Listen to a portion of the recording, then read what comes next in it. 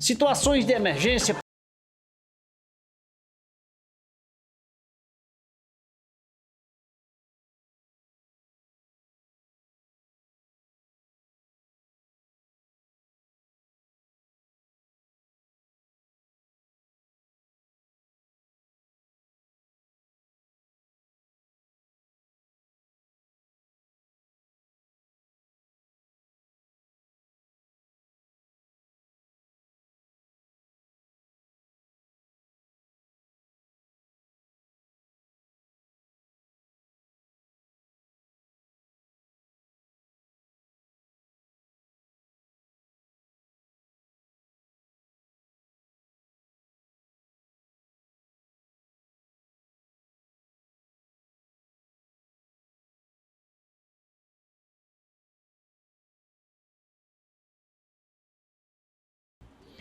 É o enfermeiro e também docente do ensino superior da Uninasal, Dr. José Gledson.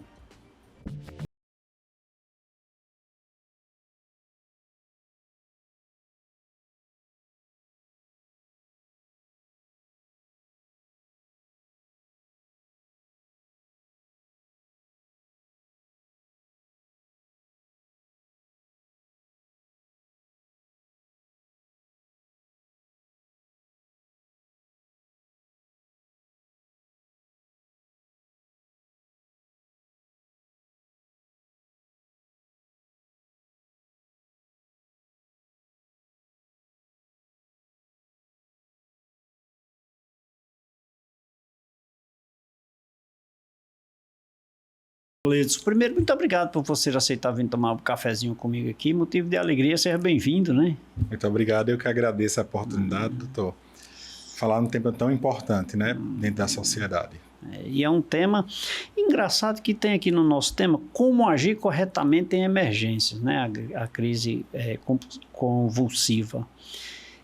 Essa expressão emergência, quando é que eu posso entender, doutor? Só para ficar melhor esclarecimento aqui para o nosso telespectador, quando é que eu posso entender o que é emergência? Porque tão assim, é muito delicado, né? Muitas vezes o que é emergência para mim não é para o senhor, né? É muito relativo, né? Exatamente.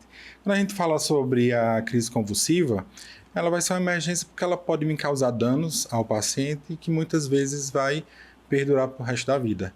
Então, eu agindo corretamente e rapidamente, eu consigo com que esse meu paciente ele não fique com sequelas.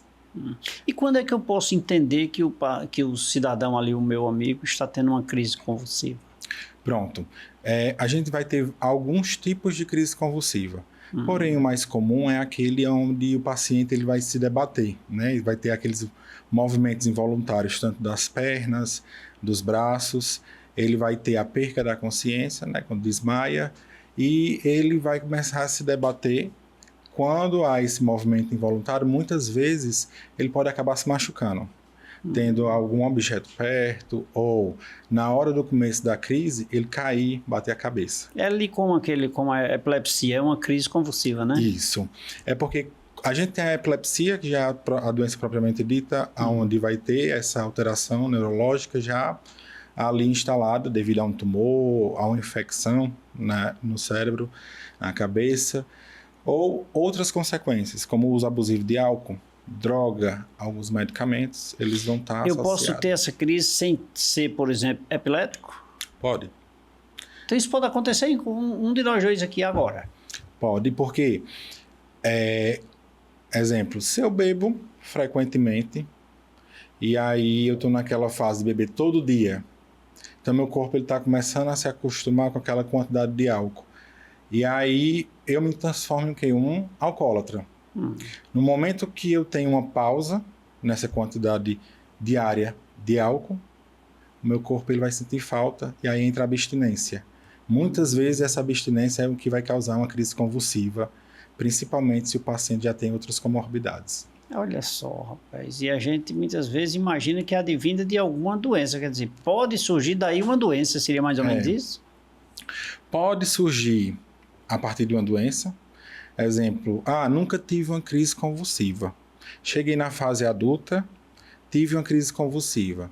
Se for a minha primeira crise convulsiva, a gente vai investigar, porque pode estar associado ao quê? A um tumor, a um medicamento que eu esteja usando para o coração, para diabetes, que está baixando aquela quantidade de açúcar no sangue, e aí, consequentemente, meu corpo ele entra nesse distúrbio. A crise ela não acontece se não tiver uma provocação, assim, poderia ser mais ou menos isso? Isso. É igual quando a gente tem um curto-circuito numa casa. Né? Alguma falha elétrica ali, uma sobrecarga elétrica e desorganizada faz com que o meu corpo ele entre em colapso e dê essa resposta. E eu perco o comando, digamos assim. Perde. Não, é contra a minha vontade. É contra totalmente a vontade do paciente. A gente vai ter algumas crises convulsivas, como eu citei, desde uma crise convulsiva de ausência, aquela ausência demorada, onde a gente está aqui conversando, do nada eu paro de conversar com você, você continua interagindo. Mas eu fico com aquele meu olhar vago, perdido, sem saber onde está. Até no focal, chamado uma crise convulsiva? Mas doutor, eu acho que eu já tive uma crise convulsiva. Não, hoje nesse calor... eu acho que eu já tive, assim. Por exemplo, tá aqui, nós estamos conversando, de repente eu viajo. Eu fui lá na Lua e voltei aqui. Né? Então, isso é uma crise convulsiva? Mas aí, quando volta, continua sabendo que a gente está conversando? Sim. Não. Então, não é. Não é. Então, quando eu volto, para ser uma crise, eu volto e fora do ar. É como se eu estivesse aqui, a gente debatendo agora. Quando eu volto, não lembro se a gente continua conversando. Fazendo o quê aqui? Né? Eu não lembro nada do que aconteceu. E aí, tem uma focal. Nessa focal... um paciente ele pode apresentar essa ausência, né, temporária e alguma parte do corpo ela dá sinal. A mão fica tremendo, parada naquela posição, ou só o olho, ou até mesmo só o processo de mastigação. Mas você chama e o paciente não responde. Mas engraçado, né? Agora, para uma pessoa que é leiga, por exemplo, para mim, eu não sou da saúde, eu jamais iria até entender que isso é uma crise, né? Que seria uma crise convulsiva, né? Mas interessante. E para as pessoas que não entendem, o que fazer, né? Porque esse momento, ele é crítico, né? Ele precisa ter muita atenção nesse momento, né? Isso, principalmente quando se trata da tônica clônica, que é aquela que o paciente ele realmente faz aqueles movimentos que é assustador para quem nunca viu, para quem nunca presenciou. Quando a gente tem algum desses tipos de crise convulsiva, se for a focal ou a de ausência, a gente fica perto para explicar. Porque como volta, né, a consciência, ele não sabe o que aconteceu, aí a gente já orienta. Agora, se for aquela tônica clônica, onde o paciente tem aquele perca de consciência, se debate em movimentos involuntários, aí sim eu vou ter as condutas do seguinte: primeiro ligar para o serviço, né, 192, SAMU. Se tiver alguém por perto, a gente orienta que ligue, manter uma coisa que infelizmente é o que mais pega, que é a calma. Porque diante de uma crise convulsiva, quem nunca se deparou, ele vai ficar com o nervo, né, a flor da pele, mas o simples fato de lateralizar a cabeça. Eu estou aqui com o meu paciente, eu pego, viro, seguro. Não preciso de força. Se eu tiver uma jaqueta, uma camiseta, uma bolsa, colocar aqui para amparar a cabeça do paciente.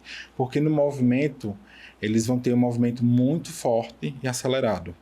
Então, nesses movimentos, toda vez que ele bater a cabeça, ele pode ter um traumatismo crânioencefálico. E para aquele que é participante da cena, vou usar essa expressão e o senhor vai me corrigindo, né? Participante da cena, ou seja, ele está fora da situação, está enxergando o acontecimento. Se ele não tem segurança e não conhece, não tome nenhuma iniciativa, só faça essa proteção e ligue para 192. Ligue para 192. Se eu tenho ali algo perto, vamos supor que o cenário seja em casa. Eu tenho uma mesa de centro, eu tenho um rack, que eu sei que a qualquer movimento do meu familiar, do meu amigo, venha causar alguma lesão, eu afasto, lateralizo a cabeça e seguro. Espero passar a crise. Agora, o importante é que, durante a crise, eu veja quanto tempo está durando. Porque cada Agora eu vou crise... te falar, né? Para você ficar atento. Como você disse, a calma é essencial nesse momento. E para você lembrar disso, ver a pessoa ali se batendo, e marcar o tempo, e cuidar... É assim, delicado, né? Eu acho que até para os próprios profissionais de saúde precisam ter um pouco... estudar sobre o assunto, né? Para ter essa calma, né? Justamente. Porque, assim, a crise convulsiva, o paciente, ele cessa em 1 minuto, no máximo 1 minuto. Mas se ele já tem a epilepsia e não está fazendo uso do medicamento, ele tem uma crise, cessa e já tem outra em seguida. É mesmo. Cessa e já tem outra em seguida. E aí, se eu tiver várias recorrências de crises convulsivas, são danos neurológicos que a gente vai tendo a cada crise, porque vai faltando o fluxo de oxigênio, e aí posso ter uma sequela neurológica. Isso quer dizer que se ele estiver só em algum ambiente, ele corre sério risco de se prejudicar bastante. Agora, o interessante é, pacientes epiléticos na adolescência, na infância, já sabe que tem esse processo epilético, eles têm um sentimento a gente chama de síndrome de fuga, que é quando eles sabem que vai ter a crise, eles se encostam na parede e esperam a crise chegar.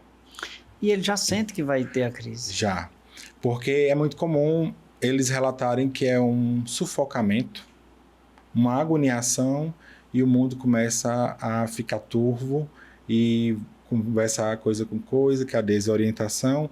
Então, se ele já é epilético, ele já sabe que ali vai ter uma crise, se encosta e vai descendo aos poucos, para não cair de uma vez. Pelo menos isso, né? Detalhe, porque a queda pode bater a cabeça e é desordenado ali, não sabe onde vai cair, né? Interessante, rapaz. E são pequenos detalhes que... Mas hoje, doutor, eu tenho observado que eu não vejo, não sei se eu estou errado, mas eu não vejo assim tanta gente. Antigamente eu via, quando criança, eu via crianças mesmo tendo epilepsia, caindo na rua, caindo em alguns lugares. É porque vem tendo um controle, ou vem tendo uma medicação, mas o que está acontecendo? Porque eu não tenho visto. Não, hoje em dia, o que eu costumo muito trabalhar com meus alunos é sobre a promoção da saúde, a educação em saúde. Hoje, os primeiros socorros, eles estão inseridos obrigatoriamente dentro da atenção primária, dentro da educação, né? E a convulsão a gente trabalha muito. Então, pelos relatos antigos de muitas crianças terem crise convulsiva por causa de febre, as mães já são orientadas às condutas. Chegou numa febre de 39,5. Então, ela já está ali tomando as condutas para ele não ter uma crise convulsiva. Que sabe que se aumentar para 40... ali já é passiva, né? Já é passivo de crise convulsiva. Ou seja, aí não é advinda, por exemplo, no caso, no nosso exemplo aí, de uma pessoa epilética, né? Não. Já é uma força de uma... E acontece muito com crianças, seria assim? Não. Acontece. Chegar ali a uns 39,5, 40 graus de febre, o corpo ele começa a entrar em distúrbio e manda muita demanda para o cérebro. Aí o cérebro vai receber muita descarga energética e descontrolada. Aí tem a crise convulsiva. Muito cuidado com a criança, mais do que especial, né? Muito. Tá certo. Mas veja só, isso eu posso considerar a crise como uma doença ou indicador de que tem uma doença? Eu posso ter como indicador. Se eu não tenho comorbidade, se eu já não tenho uma causa base, aí eu posso ter como indicador que algo está de errado comigo. Se no caso das crianças seja a febre, ali é um processo de quê? De infecção. Geralmente febre... Porque a própria febre já é um indicador de que tem algo... de errado naquele corpo. Então aí eu vou adjunto à investigação clínica e resolvo a base principal, que seria essa complicação que está levando a altas temperaturas. E as mamães muito atentas nesse momento, né? Eu acho que um programa como esse aqui é de extrema relevância para as mamães ficarem atentas com seus filhos, né? As mães e os pais também, só fala das mães, os pais também. Os pais também. O pai quer fugir da responsabilidade, mas na verdade tem que estar atento também a esses pequenos detalhes, até a mudança. Uma criança que está sujeita a ter crises convulsivas, por exemplo, está sujeita a mudar de vida, a ter uma vida assim mais regrada, sei lá, uma mudança, por exemplo. A mãe observa muito os atos da criança, né? Gestos e tudo. Então, assim, se ele está sujeito a uma crise convulsiva, ele muda a vida dele? Não. Não, né? Vive normalmente. Normalmente, brinca, pula, corre, faz tudo. O que só ter cuidado é em relação ao uso do medicamento. Dar na hora certinha, se são anticonvulsivantes, ser administrado na hora certa, e o resto é viver a vida normal. E existe medicamento para combater a crise? Temos várias medicações que são... Mas se combater a crise, eu não descubro a origem. Mas esses medicamentos, eles são administrados quando há o diagnóstico. Ah, sim, tá certo. Porque com certeza o fato de diagnosticar não quer dizer que não vai haver. Isso, justamente. Crise, né? Eu tive até um caso familiar que o meu irmão nasceu, né, com um tumor. E aí ele tomou anticonvulsivo até 5 anos. Mas aí a causa base era o tumor cerebral. Então, hoje em dia ele tem uma vida normal, não toma mais anticonvulsivante, porque resolveu com a retirada do tumor. Graças a Deus, né? Ele é enfermeiro, ele é docente do ensino superior da Uninasal. Eu converso com o Dr. José Gleidson aqui no programa Café com Leite, falando sobre crise convulsiva, como agir corretamente em emergências. Vamos beber água, por favor?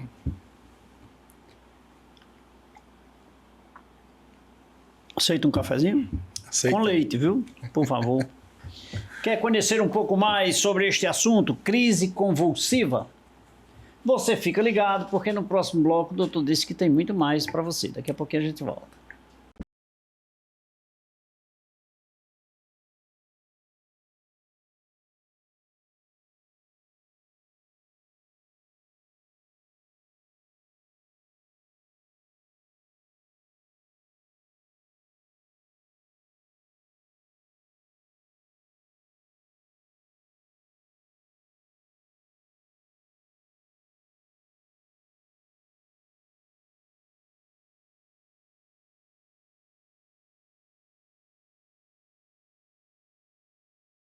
Nesse segundo bloco do programa Café com Leite, aqui pela TV Café com Leite, na parceria com a TV Verde Vale e também com a TV Cariri.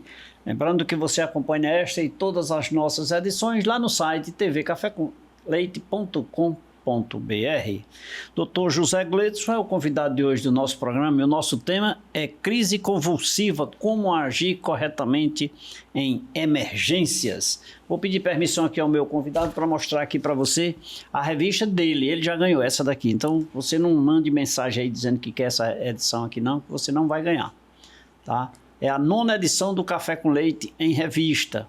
Aqui nós temos matérias de saúde, inclusive, de educação, direito, marketing e muito mais. Pegue o seu exemplar na Rua da Amílcar Gouveia 163, no centro de Juazeiro do Norte. Ou mande uma mensagem aí para as nossas redes sociais e nós enviamos para você sem nenhum custo. Essa daqui é do meu amigo José Gleidson, que ganhou essa revistinha aqui. Muito obrigado. Doutor José Gleidson. Doutor Gleidson, como nós falamos em emergência, como agir corretamente é uma preocupação que me vem. Como eu disse lá no primeiro bloco, não é simples, primeiro, eu entender que a pessoa está tendo uma crise. Primeiro ponto. O segundo ponto é a atitude seria aquela dos cuidados, quer dizer, ter a calma e tomar as providências de como acomodar essa pessoa naquele local e etc. E não é simples essa decisão, primeiro, porque eu não conheço, não sei se é uma crise convulsiva, não sei se é a primeira vez, eu tenho acesso a essa pessoa, mas não tenho conhecimento da sua vida, da sua saúde. Não é uma situação assim muito agradável para quem está próximo, não, né? Não.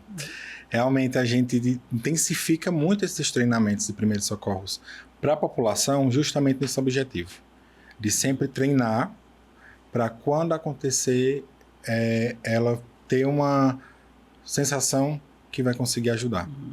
Porque aí quando eu tenho essa sensação que eu ajudo, eu consigo devolver essa pessoa para a casa dela, bem, sem nenhuma sequela, sem nenhuma complicação, eu faço o meu dever como cidadão. Então, quando a gente trabalha nessa promoção dos primeiros socorros é justamente para todo mundo esteja preparado para aquele momento, seja em casa, seja meu pai, meu avô, meu vizinho ou alguém que eu não conheça. Tem alguma idade mais específica em que a crise ataca mais, não? Ou que pode acontecer? Geralmente mais na população idosa. No idoso? É. Imaginei mais na criança, né? Mas mais no idoso. Na criança, as mães hoje em dia, elas estão tendo um cuidado maior porque a maior questão é a febre. Agora, no idoso, a gente tem várias consequências. Desde a diabetes, se ela diminuir demais, o idoso ele pode ter uma crise convulsiva. O acidente vascular cerebral, a própria desidratação pode... A própria desidratação já pode provocar uma crise? Pode ser um dos desencadeadores da crise convulsiva. Daí que toda a família precisa conhecer isso, né? Eu estava aqui imaginando, quando você falou em primeiro socorro, lá na minha empresa, há muito tempo atrás, cerca de 30 anos atrás, eu diria, mais ou menos, eu coloquei extintores. Hoje tem uma lei que obriga as empresas a ter extintores, mas eu já fazia isso, porque eu imaginava uma questão de segurança. Não obedecia às regras de altura, de marcar o espaço, etc., mas já tinha disponível. Não sei se era a quantidade correta, mas eu tinha certeza que eu tinha extintores. Eu fiz rampa, porque eu imaginava as pessoas com deficiência, o acesso. Isso há 40 anos atrás, minha empresa tem 40 anos, então 35, 40 anos atrás eu posso afirmar. E você falando aí me chamou a atenção. Nada melhor do que eu preparar meu pessoal para os primeiros socorros lá na empresa, né? Justamente. Hoje a gente tem uma ação, né, voltada nesse propósito. Empresas, escolas de ensino fundamental, médio, superior, todos para serem preparados para os primeiros socorros. Olha só. A gente leva a turma, os alunos, e eles trabalham nos primeiros socorros, ensinando teoria com prática, de como a gente agir durante alguns procedimentos de primeiros socorros que pode salvar, né, quem mais necessita ali naquela hora. E 1 minuto faz a diferença, não faz? Muita diferença. 1 minuto faz a diferença e pode chegar ao óbito, se não tiver o cuidado devido, né? Isso a gente tem como exemplo bem recente, que foi a Lei Lucas, instituída para trazer os primeiros socorros, principalmente para o âmbito da educação, para o âmbito da escola, né? Que é um relato que teve de uma criança que foi para um piquenique com a turma, acabou se engasgando com um sanduíche e veio a óbito porque ninguém sabia fazer a manobra de desengasgo. E aí, a partir desse intuito, foi feita uma lei obrigando a todas as escolas terem os treinamentos de primeiros socorros, professores e funcionários. E os primeiros socorros numa crise convulsiva também tem a sua relevância, né? Muita relevância, porque dentro da crise convulsiva, a cada minuto a mais, ou seja, se uma crise convulsiva normal é para ser 1 minuto, a partir de 3 minutos eu já vou tendo falta de oxigênio no cérebro e causando possíveis danos cerebrais. Ela dura em média 1 minuto? 1 minuto a 1 minuto e meio, máximo 2. Mas o SAMU não chega em 1 minuto, não. A tendência é que ele cesse, ou seja, ele passe daquela crise nesse período. Mas ele passou, voltou à consciência e logo em seguida teve outra crise, a gente já começa a contar 1 minuto novamente. Porque aquele momento em que ele retornou à consciência, conseguiu mandar oxigênio para o cérebro. Aí vai ser uma outra fase. Agora, o processo de continuidade tem que ter um controle para quando os profissionais chegarem, passar essa informação. Exatamente. Legal, interessante. Tá vendo que pequenos detalhes podem salvar vidas, né? Podem salvar vidas. Então, eu acho que eu vou organizar para dar uma orientação à minha equipe lá sobre isso aí, sabe? Porque eu tenho, inclusive, umas 2, até grávida, né? Então, de repente, você menina pode até inventar, porque esse povo é para sair do trabalho 4 semanas antes de ganhar bebê, né? mas só saem de lá para o hospital. O pessoal fica até o último momento. No último momento sai de lá para o hospital. Impressionante. E isso pode também, como uma vez por outra, a gente vê uma grávida ganhando bebê num táxi, né? Num carro aí, no trâmite, ali na trânsito, ali indo para o hospital, né?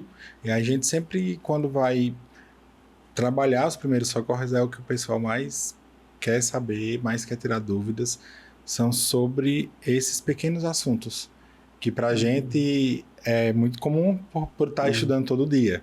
Mas quando se trata-se de prevenção e promoção da saúde, é o que a gente gosta mais de falar.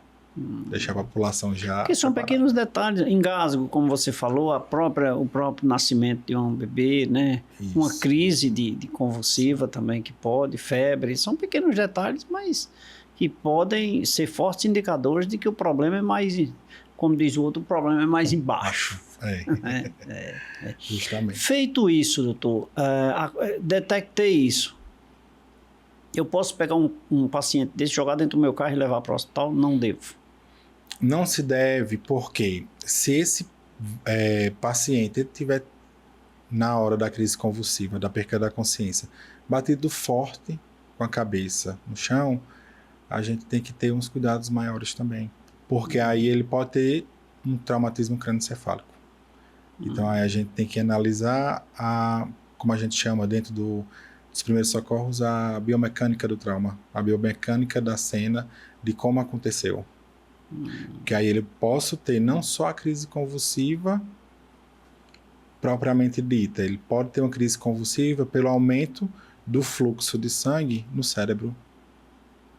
Então, surgem muitas dúvidas em relação justamente a essas crises convulsivas associadas a essas questões. Vou passando na via pública, teve um acidente e o rapaz sofreu um acidente de moto, está tendo crise convulsiva, já fica agoniado, já quer colocar no carro, mas essas condutas também, elas têm que ter cautela para não agravar mais ainda a situação dessa pessoa. Mas aí, você falando aí, eu me reportando aqui, é um lugar um pouco mais distante, sem acesso, por exemplo, a telefone ou... né? Não, e nessas condições, sim, porque eu coloco meu parente, meu vizinho, e levo no hospital sem nenhum problema. O cuidado que eu vou ter é o mesmo, só lateralizar a cabeça e ir até a unidade. Então, se está ali no banco do carro, né, geralmente a gente coloca a cabeça, lateraliza a cabeça dessa pessoa no colo, vai segurando e deixando a crise durar até a gente chegar na unidade para fazer a investigação. Eu acho que é naquelas crises de epilepsia que as pessoas mandam colocar o dedo na boca, abrir a boca. Não tem isso é mito, né?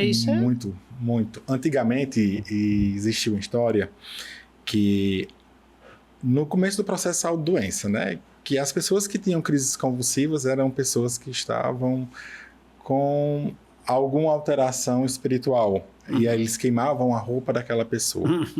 Com o passar do tempo vem a modernidade, teve outro mito, que se pegasse na baba, na espuma que a pessoa soltava pela boca, contraía a doença. Aí veio a história da língua enrolada, da língua caída. Ainda bem que eu sou mais novo. Eu sou da terceira geração para cá já. E aí essa história da língua enrolada, a língua caída, né, foi da onde muita gente já perdeu a cabeça do dedo. Nada, botou o dedo na boca... Botou o dedo na boca e aí na hora da crise, o corpo ele não entende que tem algo estranho. Então, a boca ele vai enrijecer.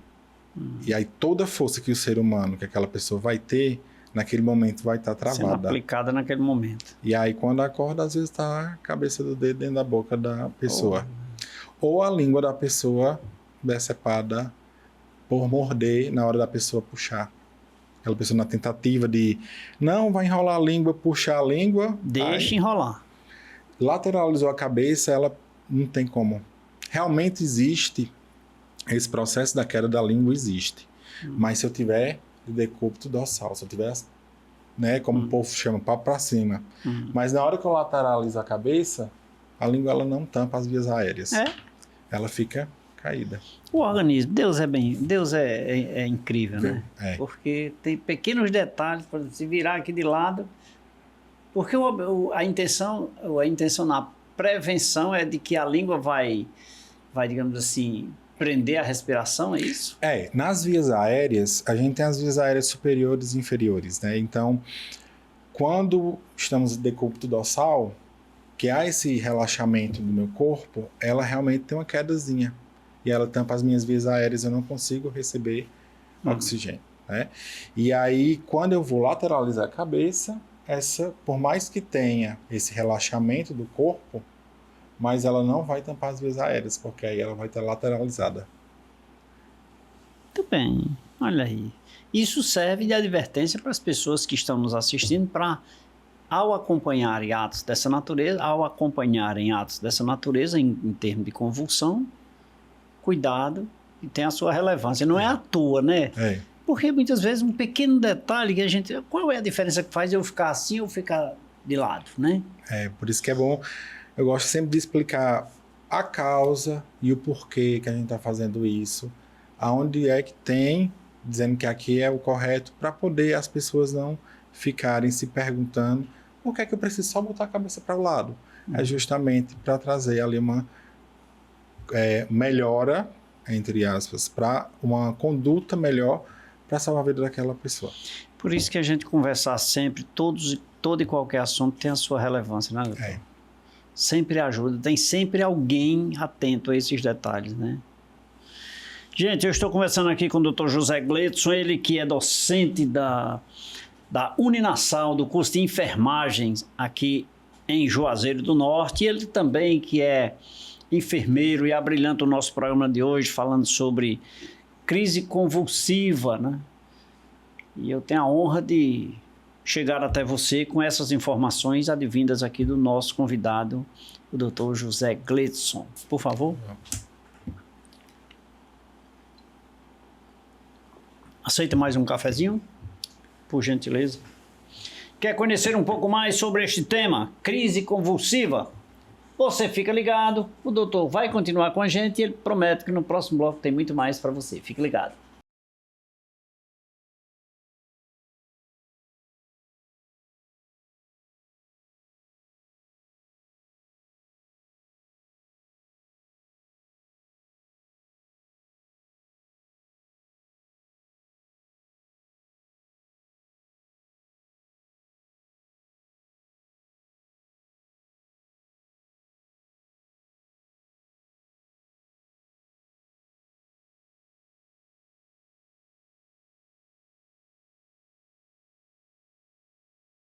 Esse terceiro bloco do programa Café com Leite, crescendo e aprendendo, os cuidados que nós devemos ter, os primeiros socorros, gente, tem a sua importância na nossa vida, nós podemos precisar dele ou não, e também podemos tomar qualquer atitude, qualquer decisão naquele momento crítico, momento delicado, que pode muitas vezes provocar, levar a pessoa a óbito, ou até mesmo você ir a óbito por uma falha de um atendimento errôneo. Portanto, é sempre muito interessante, conforme o Dr. Gleidson falou aqui, buscarmos orientações básicas naquele momento crucial, aquele momento de impacto, para que você possa evitar que alguém se prejudique cada vez mais ou piore a sua situação de saúde cada vez mais. Dr. José Gleidson nos proporciona uma aula sobre esse assunto, crise convulsiva, aqui no nosso programa, e eu, na minha felicidade de tê-lo aqui na minha companhia, para levar até você o que há de melhor acerca do assunto. Dr. José Gleidson, doutor, quem tem crises, como dito durante o programa, são pessoas que possuem possivelmente algum problema patológico por trás disso, né? Isso. É possível pessoas que que têm crises convulsivas com frequência ter, assim, digamos, uma vida saudável? Sim. A gente hoje tem um dilema que fala que a crise convulsiva passa, mas o preconceito não. Porque justamente vários tabus que existem, vários mitos que existem, que foram enraizados ao longo do tempo, faz com que essa pessoa ela fique um pouco recuada dentro da sociedade, né? Então, ainda a própria hoje, pessoa já se sente recuada, né? Excluída, né? E aí, há mitos ainda que percorrem até hoje, como abraçar a vítima, que a gente orienta que não façam isso, nem passar álcool, nem jogar água, ou passar um perfume forte no nariz. Tem uma história mesmo de botar álcool, botar para a pessoa cheirar, né? Eu já ouvi isso. E aí a gente orienta que não façam isso porque eu posso causar danos secundários à crise convulsiva. Então, a paciente que tem epilepsia, né, é um paciente que vive normalmente. Desde que faça a mudança do estilo de vida, né? Então, hoje a gente tem o exercício físico, a alimentação saudável, o uso correto do medicamento, porque como ele já tem um processo de comorbidade epilética, a ausência do medicamento pode desencadear crises. E essas crises são crises recorrentes. Então, a gente orienta a ter esses cuidados, principalmente o uso do medicamento. Não ingerir o medicamento com bebida alcoólica, nem associar com drogas. Então, tudo isso vai desencadear para que ele possa ter, né, já crises recorrentes. Mas outra associação, para quem não tem a epilepsia como diagnóstico, é a mudança do estilo de vida associado às condições que a gente vive hoje. Hoje a gente vive um mundo estético. Mas veja só, para eu ter uma qualidade de vida, um estilo de vida, praticar exercício, ter uma boa alimentação, eu preciso de profissionais que me acompanhem, considerando que, por exemplo, a própria prática de um exercício físico pode me levar, em algum momento, naquele momento, a uma crise, né? O que a gente tem hoje, muitas oportunidades que não tinha antes, tipo, a gente tem profissionais inseridos dentro de alguns estabelecimentos para a prática de exercícios físicos gratuitos, a gente tem acessibilidade para um acompanhamento com o profissional, né? Na instituição a gente tem esse acompanhamento à população, então o acompanhamento vai ser para que traga um estilo de vida para essa pessoa melhor. E isso a gente pode ir e estar inserindo dentro da atenção primária à saúde, que é a UBS, vizinho à casa, pegar um encaminhamento e a gente dar a conduta a partir disso. UBS, UPA, primeiros socorros, né?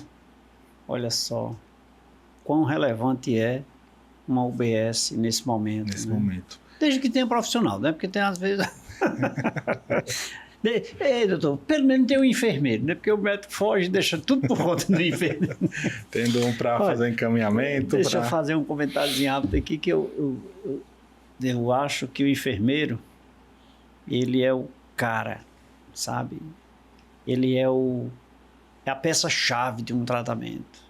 Porque o médico só entra, por exemplo, no processo cirúrgico, ele só entra para cortar, para fazer o procedimento. Não vem a jeito, ele só entra, o paciente está pronto, tá. Eu não sei, eu li sobre isso e vi que era mais ou menos assim. O paciente está pronto, tá. Ele vai e entra, e já entra só para fazer aquele procedimento, depois sai e a turma lá que se vira para deixar pronto, né? Eu gosto de trabalhar muito em cima disso com os meus alunos. Deixar de ser muito técnico para ser humano. Humano, necessário. A gente vê o paciente como um todo, porque muitas vezes aquele idoso que vem para a unidade, um exemplo, a unidade básica, às vezes ele não vem nem por conta de queixa, mas pelo vazio dentro de casa. Não tem ninguém para conversar e o método dele conversar com outras pessoas é vir até a unidade básica. É procurar a unidade de saúde para ter uma conversa, para ter um entrosamento e ter uma humanização na associação de conversa com outras pessoas. E aquilo não precisa medicamento, né? Não. Aquele medicamento é barato, é saudável, não traz não tem contraindicação, né? E muitas vezes ele sai curado. Curado. É impressionante, é a humanização que precisa ter a cada dia nas pessoas, nos profissionais. Né? Tem muitos que têm, mas não deixa de ter aquele ou outro que deixa de ter e causa muitas vezes essa tristeza que você falou, esse exemplo da solidão, ela retorna. Eu até vi uma reportagem de uma grande emissora, porque quando não está passando um café com leite, às vezes eu mudo, sabe? É uma raridade, mas eu mudo. E numa eventualidade eu vi que, eu não sei se foi 2024 ou foi 2025, até meados de outubro, que 100 mil pessoas morreram de solidão. E hoje, como eu também ministro dentro da saúde do adulto, uma das 3 causas de óbitos da terceira idade é a depressão. Que é advinda da solidão. Da solidão. Muitas vezes, né? E formar profissionais humanos não é porque eles não vão saber a técnica.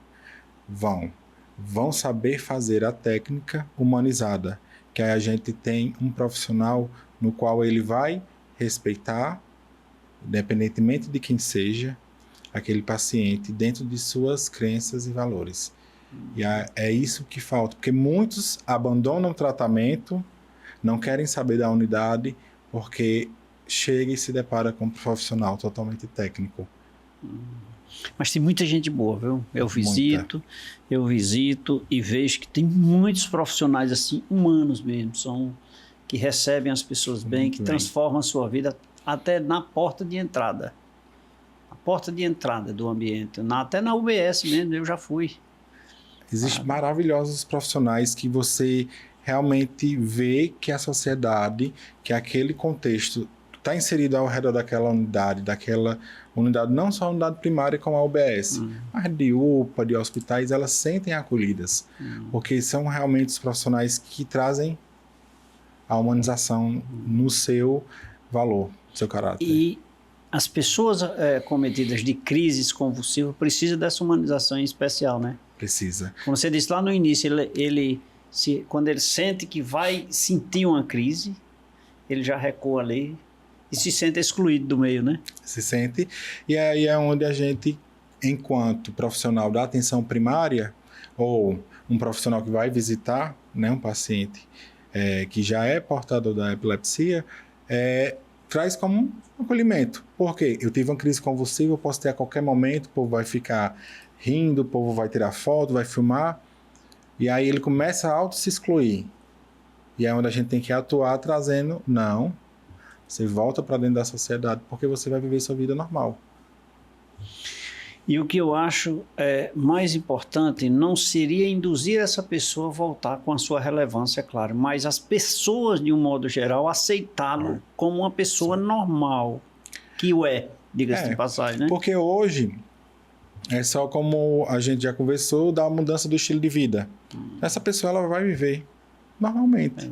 É como se fosse um hipertenso, um diabético, mas quando há fidelidade no tratamento. E eu digo assim, as pessoas, de um modo geral, doutor, entenderem isso. Não precisa eu mudar a minha vida para entender que aquela pessoa é uma pessoa normal, ela teve uma crise, como eu poderia ter amanhã, natural, né? Justamente. Eu acho que quando nós mudarmos um pouquinho a nossa consciência, a nossa mentalidade, talvez nós tenhamos uma vida melhor. Não sei quando ainda, né? Ainda está um pouquinho longe, mas vamos chegar lá. Mas é possível, né? É possível. Tudo é possível. Gente, eu estou conversando aqui com ele, que é professor universitário, ele é enfermeiro, ele abrilhanta o nosso programa de hoje falando sobre crise convulsiva, como agir corretamente em emergências. Eu converso com o doutor José Gleidson aqui no programa Café com Leite. Doutor, nossa conversa aqui está maravilhosa, mas eu preciso fazer um intervalo rapidinho para um cafezinho, para uma água mineral São Geraldo. Dá certo? Dá sim. A gente volta logo, tá bom? E você, fique ligado, nosso intervalo, você já sabe, é o tempo do cafezinho, é o tempo de uma água mineral São Geraldo, é um tempo de relax e você fique ligado porque o Dr. Gleidson vai continuar com a gente. Daqui a pouquinho a gente volta.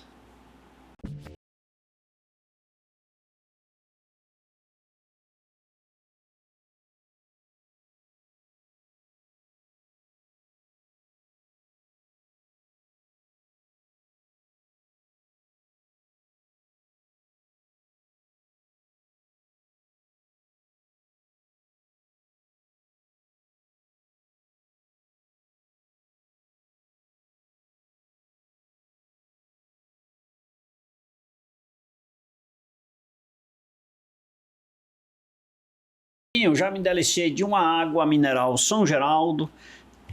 Já bebi mais um cafezinho aqui na companhia de Dr. José Gleitson, mas agora, já explorei mais agora, né? Também nesse intervalo, para a gente aprender. Mas eu queria lhe agradecer por esse momento, tá? E dizer que foi muito oportuno e que quantas vezes você tenha condições de vir para cá para a gente conversar, para a gente proporcionar informação à nossa comunidade, aos nossos telespectadores, você será sempre muito bem-vindo, viu? Muito obrigado, eu que agradeço pelo espaço. Agradeço porque eu venho acompanhando já há algum tempo. Que bom, muito obrigado. E vejo sempre trazendo temáticas voltadas principalmente para a atualidade, trazendo com que desperte mais ainda a procura, né, do público ao tratamento, aos cuidados e aos primeiros socorros. Então, eu agradeço a oportunidade, agradeço a participação e precisando é só mandar uma mensagenzinha. Só acionar, né? Muito bem. Eu fico muito feliz, eu sempre digo, eu não quero uma audiência de milhões de pessoas. Eu quero uma audiência de 5, 10 pessoas que conseguiram captar a mensagem e tomem as providências. Eu acho que isso tem os cuidados devidos daqui para frente, né? Então, isso já é muito satisfatório isso. Muito obrigado mais uma vez, doutor. Eu que agradeço. Quero mandar um abraço também para a Lívia, coordenadora do marketing, né? Da Uninassal. Isso. Lívia sempre estruturando, organizando aí para a gente convidar aí para a gente conversar com o pessoal da Uninassal, mas ela me deve uma que ela tem que vir aqui no programa para conversar comigo, né? Vou trazer ela da próxima vez.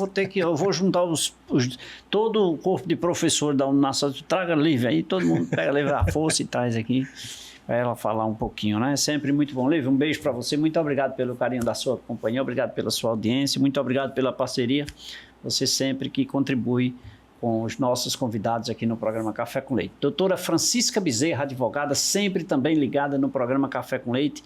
Um beijo para você, muito obrigado. Recebo suas mensagens carinhosas e respeitosas do nosso programa e agradecendo os temas e os nossos convidados. Muito obrigado de forma muito especial.